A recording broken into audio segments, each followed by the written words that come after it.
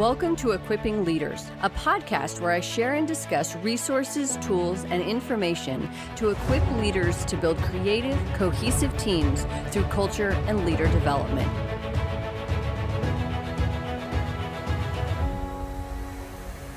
Welcome to the Equipping Leaders podcast.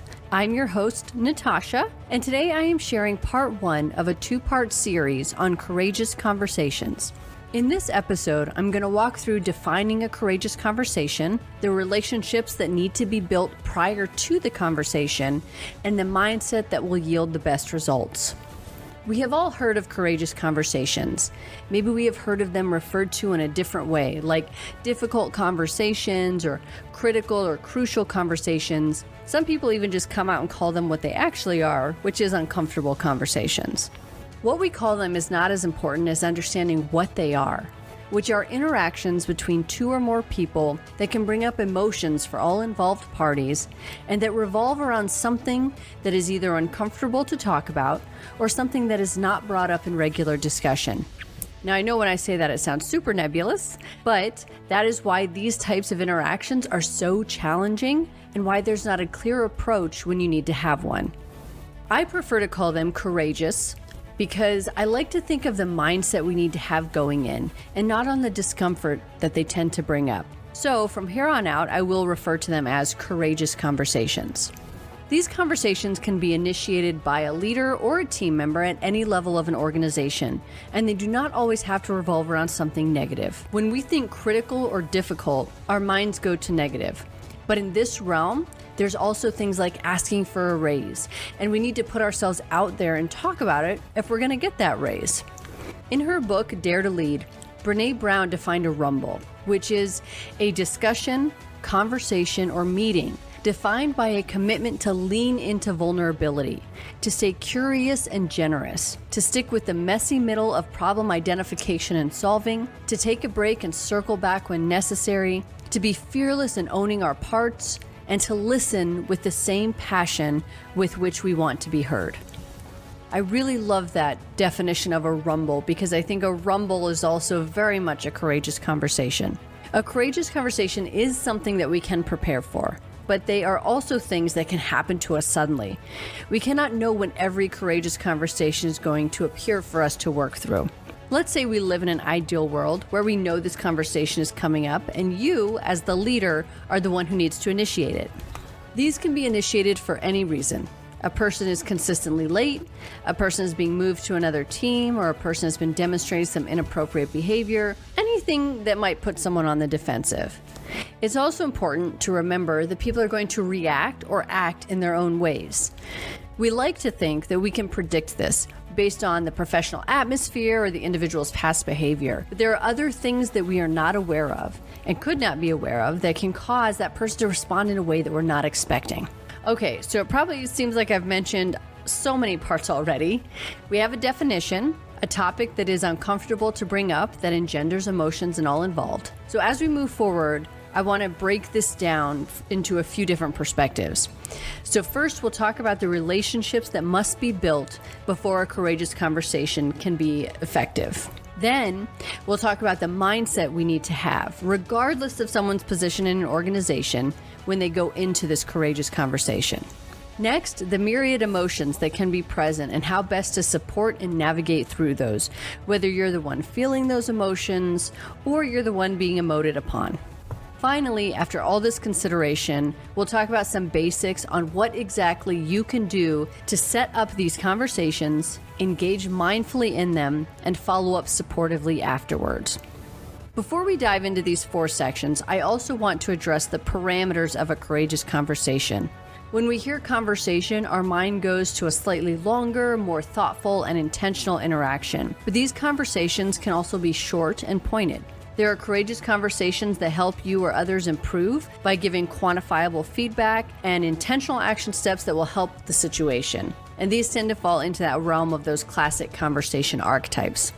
On the shorter end, and sometimes in a public venue, there are quick, courageous conversations, specifically ones that address something inappropriate that needs to be dealt with in that venue. An example of this would be that someone says something sexist or racist in a larger group. Some people are so conditioned by being nice and not speaking out that they think, sure, you address it later and behind closed doors.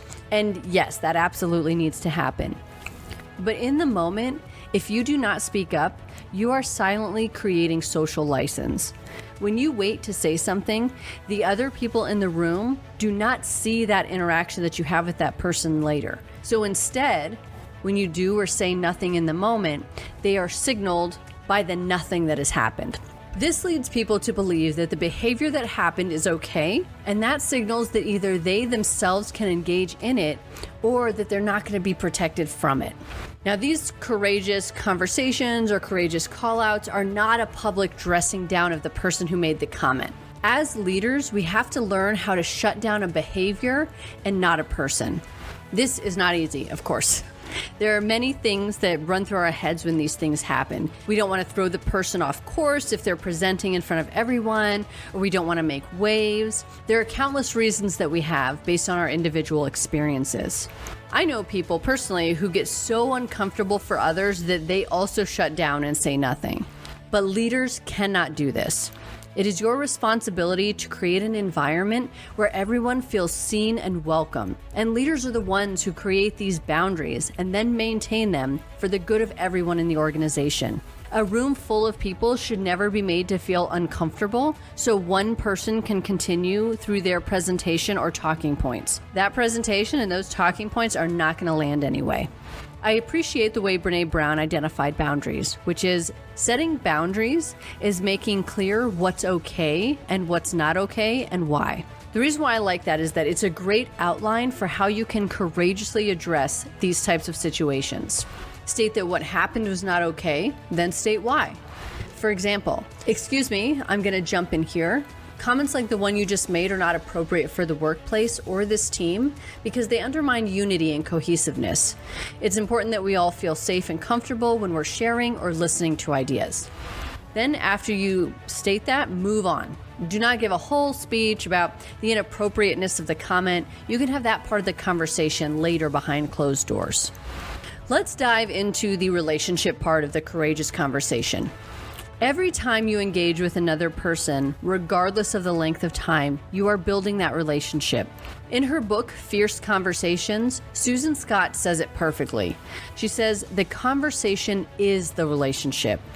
Think about someone that you trust. Trust with your career, your feelings, your future, your dreams. If that person gave you feedback, you're going to listen to it in a way that you're not going to listen to a stranger or someone that you do not trust. There are about 1 million reasons why you need to continually build trusting relationships with those on your teams. And like I said earlier, courageous conversations can crop up at any time. This trust will help those conversations be slightly easier, although they will never be super easy.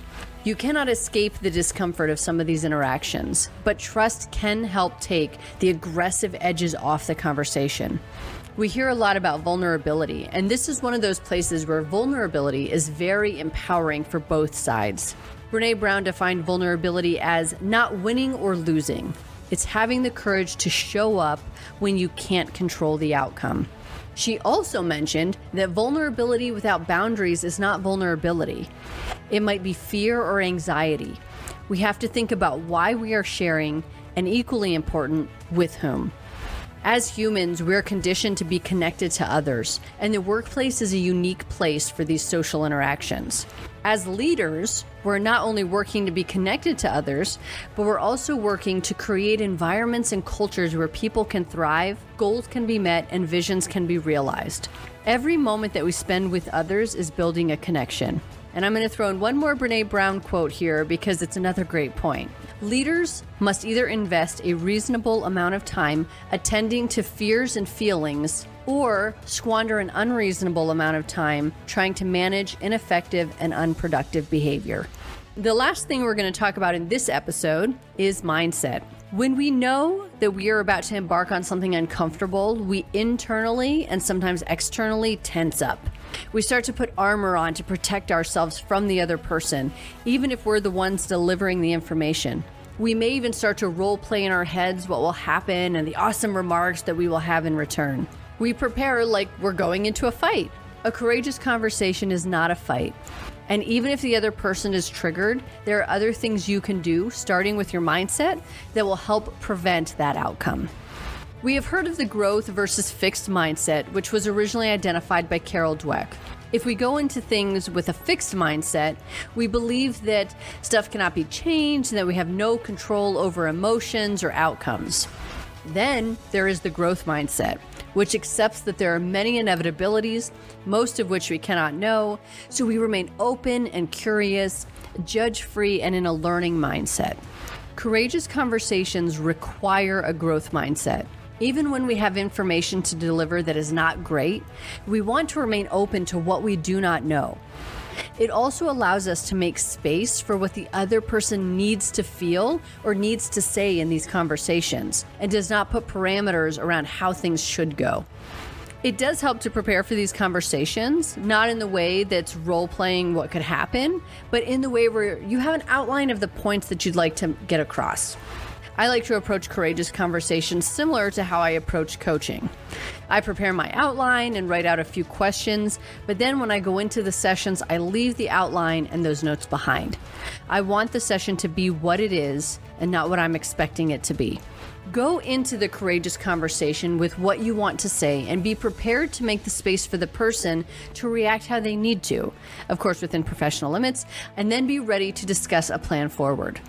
Okay, we've already covered a lot in this episode, and I'm going to cut it off here so you have some time to think about these aspects of courageous conversations. There will be a part 2 for this topic, which will come out in 2 weeks. Next week, I share a conversation with leadership consultant Kenny Simon on leading people through change.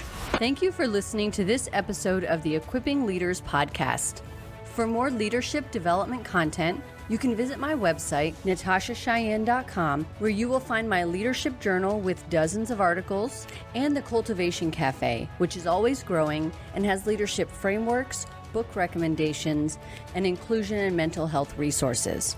You can also follow me on Instagram at novel_Natasha or at Equipping Leaders Podcast, and on Twitter at Natasha Cheyenne. Join me next week for another episode.